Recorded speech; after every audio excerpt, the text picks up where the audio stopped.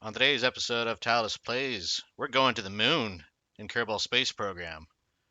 From construction of your rocket, launching into orbit, figuring out how to rendezvous with the moon, and even getting into orbit of the moon, we'll show you how it's done. So just sit back, relax, and enjoy the show.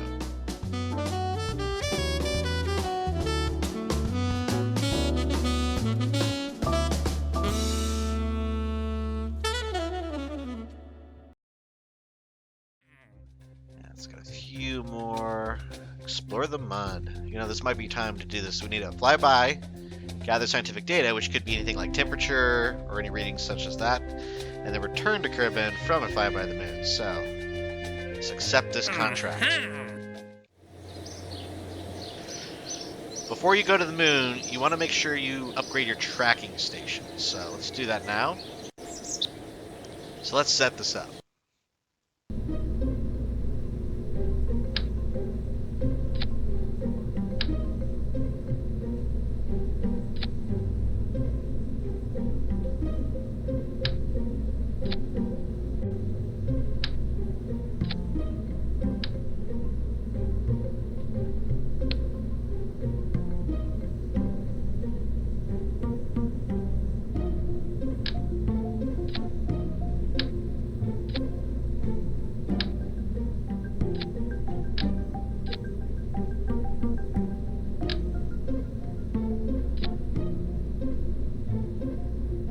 We need to upgrade the vehicle assembly building to have more parts supported. There we go. Alright, back in looking at Lunar Flyby 1. This is going to be a very, very sketchy rocket.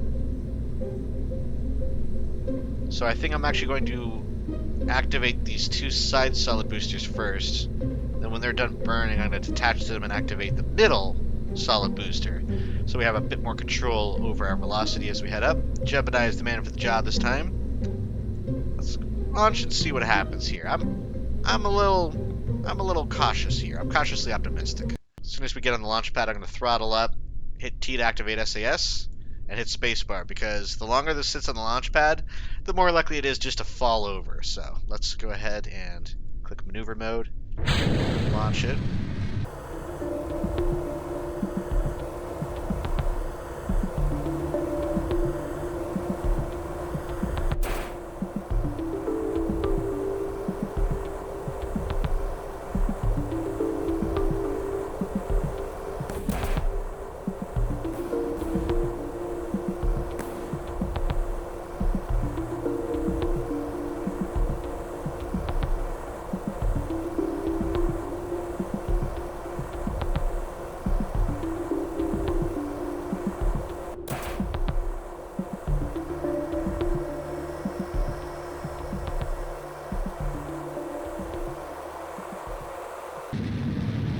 Try to get my apoapsis all the way up to about 85 to 90 kilometers.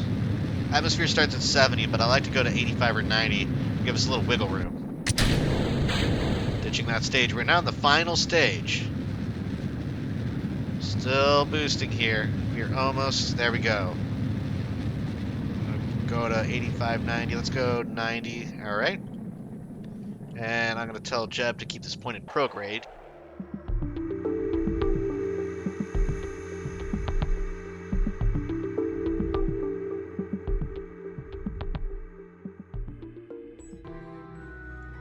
Now you can see my orbital path is actually teal instead of gray like it used to be.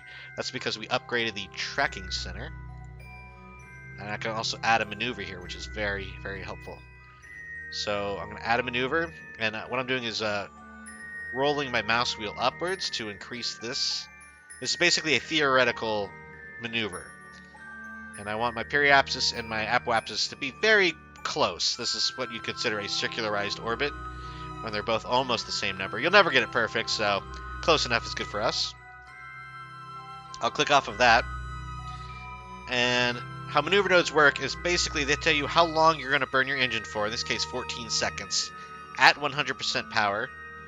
And it also tells you when the maneuver happens. Now, since we can't burn instantly, you're going to split that burn across both sides of the maneuver. So in this case, we're going to start burning at about -7 seconds. and we'll burn all the way through to plus 7 seconds. And that sounds a little wonky, but it'll make sense when we do it. I'm going to point here at our maneuver node.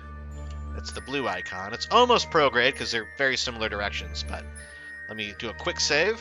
This quick save is our friend. Fast forward so we get a little bit closer here. I'm looking at this number down in the middle, right where my mouse is. As soon as that hits 7, we're going to hit Z and start our burn. And then we can actually hit M to look at our map while we're burning, and we want that teal actual orbit to match the brown orbit there. There we go. Hit X to kill those engines right when they match up. Again, it doesn't have to be perfect, but that looks pretty circular to me. The most important thing for any orbit is that both sides of your orbit are outside of the atmosphere. You don't want it dipping into the atmosphere, otherwise that'll create drag, and your craft will crash. So periapsis is the closest point that it gets to the planet. This is 89,000. We are well outside of the atmosphere.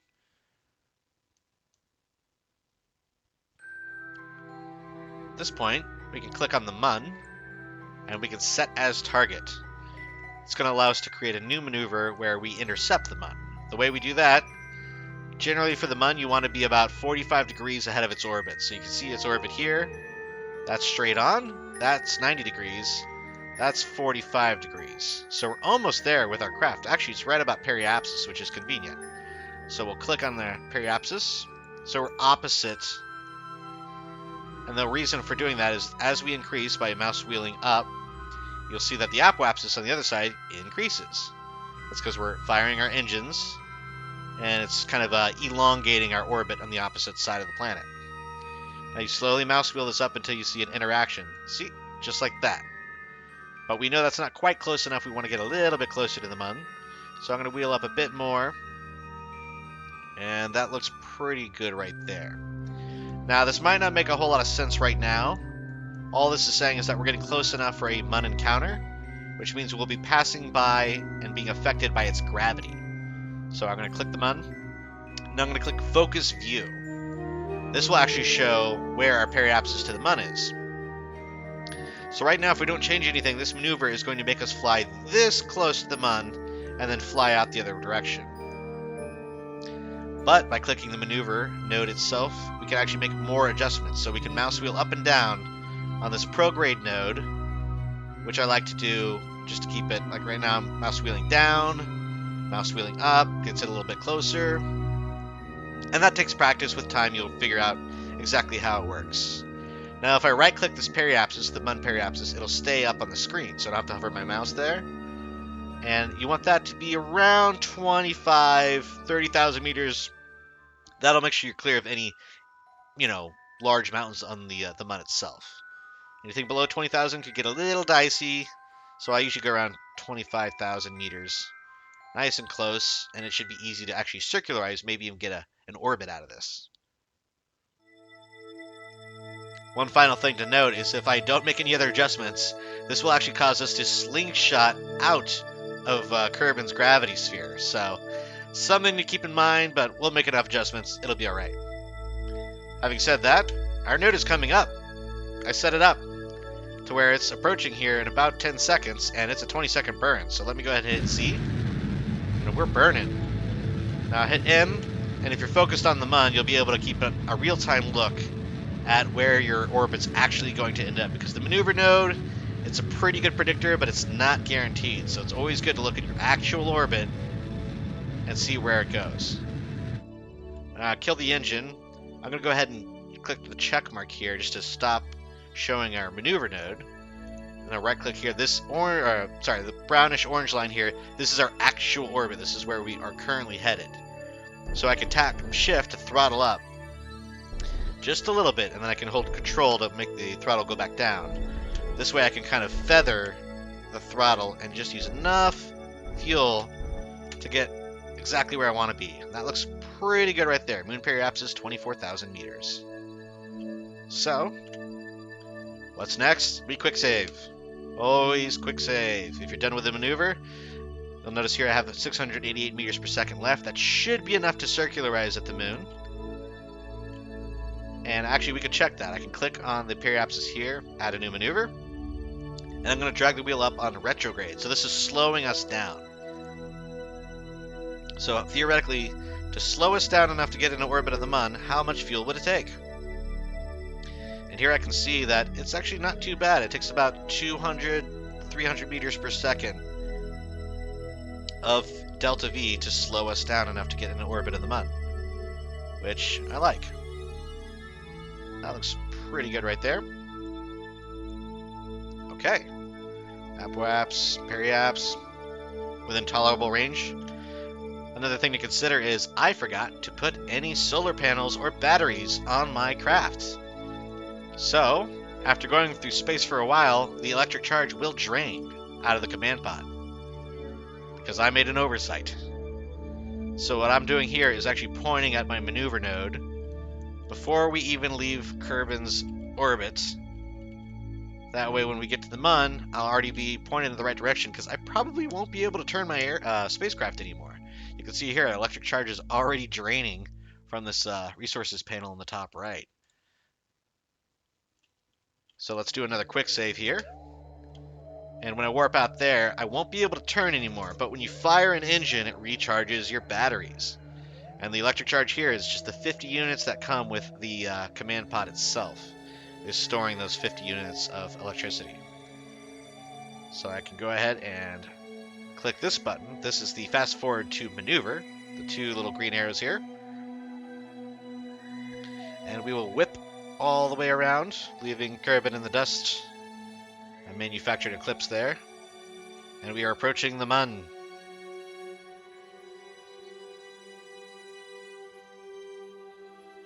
Again, if you're lucky, sometimes you won't lose your electric charge if you're warping. But you always have to account for that. In most craft, you have some solar panels, so you always have a little bit of charge on board. This is a very short burn. We're only going to need to burn it for 5 seconds. And here we have some milestones. Speed record, first flyby of the Mun, we escaped the gravitational influence of Kerbin, all very nice. We're also exploring the Mun, it's a contract parameter. Now we need to gather some scientific data from the Mun. So we'll right-click our command pod, and we'll click Crew Report. And that is a space near the Mun scientific data. We'll keep that. Now that's not going to count as done until we get back to Kerbin to return that science. We also need to return to Kerbin from a flyby of the Mun to complete this mission. So I'm going to wait till this T- gets to almost 2 seconds, and then I'm just going to burn the engines very briefly to get us into a stable orbit here. There we go. 3, 4, 5, and done. There we go. Very quick. Check the map here. You'll see we're in a nice little safe orbit around the Mun. And that actually counts as a whole nother milestone. We have entered orbit of the Mun. Jebediah is enthralled. Let's see what the view looks like from inside of his cockpit. You can see just the horizon there of the Mun that we're orbiting. It's glorious beauty. But there's no time to dilly-dally. We need to get back to our home planet Kerbin there. So, how do we do that? Well, if you look at the way you're orbiting, right now I'm kind of going in this counterclockwise orbit around the Mun. The Mun itself is orbiting Kerbin in a counterclockwise fashion. So how do we get back? Well, you want to burn prograde, because if we burn retrograde, we're going to slow down and we're just going to land on the Mun. And by land, I mean we're going to slam into it at a fast speed, which we don't want to do. So I'm going to look at Kerbin here. I'm going to click right about there. So we're going to add a maneuver on the near side. What we're going to do is actually roll forward on this prograde button. So it's a little confusing, but what we're effectively doing is we're accelerating our speed in the opposite direction that the Mun is orbiting. So the Mun is going to the right here, but we want to go further to the left so that we effectively fall back towards Kerbin. So I'm scrolling up, keeping in mind we only have 427 meters per second left of delta V. So this could be a little tricky. Orbit's going to get a little wonky there for a minute, but if you keep scrolling, I'm going to right-click on this periapsis there. We want our Kerbin periapsis to end up somewhere around 40 to 45,000 meters. This will be safe enough to do what is called aerobraking, where we let the atmosphere slow us down instead of using rockets at the end of the flight. So we're going to keep scrolling up. Turn so I can see that number a little bit better. There we go. Getting close on our fuel usage, but we can still do this, I think. Ooh, it's going to be close. All right. There we are. Let's do 42,000. 42,300 meters. Looks good to me. I'm going to go back to our craft here. We're almost to the dark side of the moon. And again, I don't have any electric panels, so let me go ahead and point us in the right direction of our maneuver. On the nav ball, you'll see here I'm pointing at the little dark blue right in the middle of that guy. Okay. Quick save. Quick save is your friend. And we'll fast forward to this maneuver node. Again, another quick burn. This burn's only taken us about 5 seconds. I'm going to fast forward through the dark side because nobody can see anything. And sometimes, yes, you will have to make your maneuvers on the dark side of the planet. That's just how it shakes out sometimes. Okay, you can see we got a little off course. That happens naturally. So I'm going to do a little correction there, pointing at our maneuver node. Now, because this one's very particular in the way that we actually get towards the atmosphere, we don't want to overshoot, because that means we'll be slamming directly into Kerbin instead of grazing the atmosphere. I'm going to do this whole maneuver in the map mode. So when this gets to, again, about 3, maybe 2 seconds left in the T-minus, we'll do the majority of our burn. But for the very last moments of it, we're going to exit out of the maneuver and do it manually by looking at our real-time Kerbin periapsis. One more quick save for good measure. Speeding it up just a little bit to get closer to that mark. And we're looking good. And burn it. 3, 2, 1. Okay, I hit X to kill my engines. I clicked off of that maneuver node so it's not clogging our view. Now our Kerbin periapsis is the orange flight path. That's our real, actually occurring periapsis. I'm using shift just to do a little bit of engine puffs to make sure we are on the right track. Again, my spacecraft is currently on the near side of the Mun, so we're right between the Mun and Kerbin itself. And we're accelerating the opposite direction of the Mun's orbit. A little bit more. And we want this number to be right around 42, 43,000. That looks good. 41, that should be survivable. That's okay. If you go too much lower, you'll re-enter at too fast of a speed, and you're going to have a bad day. On that note, before we leave the sphere of influence of the Mun, I do another quick save, because we still have a little bit of fuel left. You can check down here on the bottom left. So if I've made some sort of critical error, which is not uncommon for the missions I run, I can come back to this quick save and do a little tweak, maybe get us a bit higher up in the atmosphere.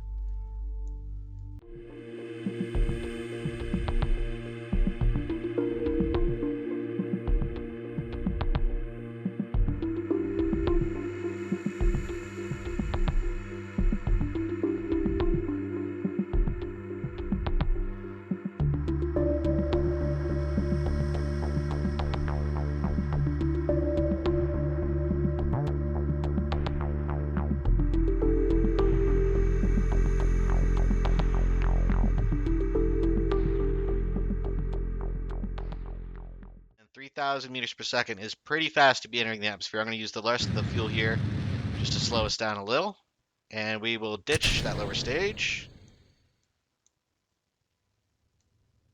You slow down much more effectively the smaller your craft.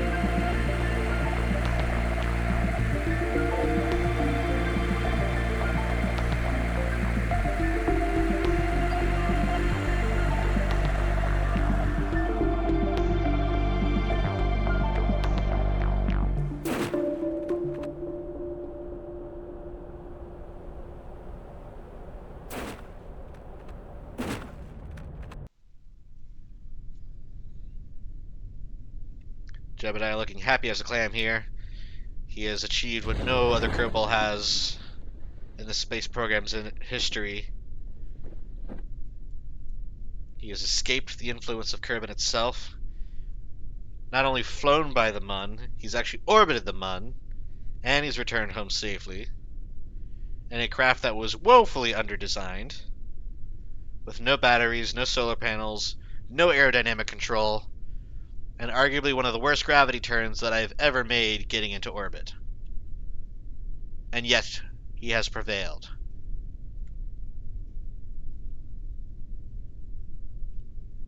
Slowing down to normal speed for the splashdown here. And there it is. Let's check our contracts here. Contract completed, explore the Mun. Looking good. We have escaped gravitational influence of the Mun. We have returned home from a flyby of the Mun. And, of course, we have returned home from orbit of the Mun. Covering our vessel, we will also get credit for that scientific data. So there's our scientific data. 15 more science from the Mun. And we get a bonus 16 science for recovering a vessel returned from orbit of the Mun. We don't get that every time, but the first time it's quite nice as a bonus to our scientific endeavors. A little bit of money, landing fairly close to the KSC. And of course, Jebediah got 3 experience points for that mission, so he's very excited. It's another contract parameter complete from getting that science, which means that the entire contract is now complete for a nice chunk of change and even more science.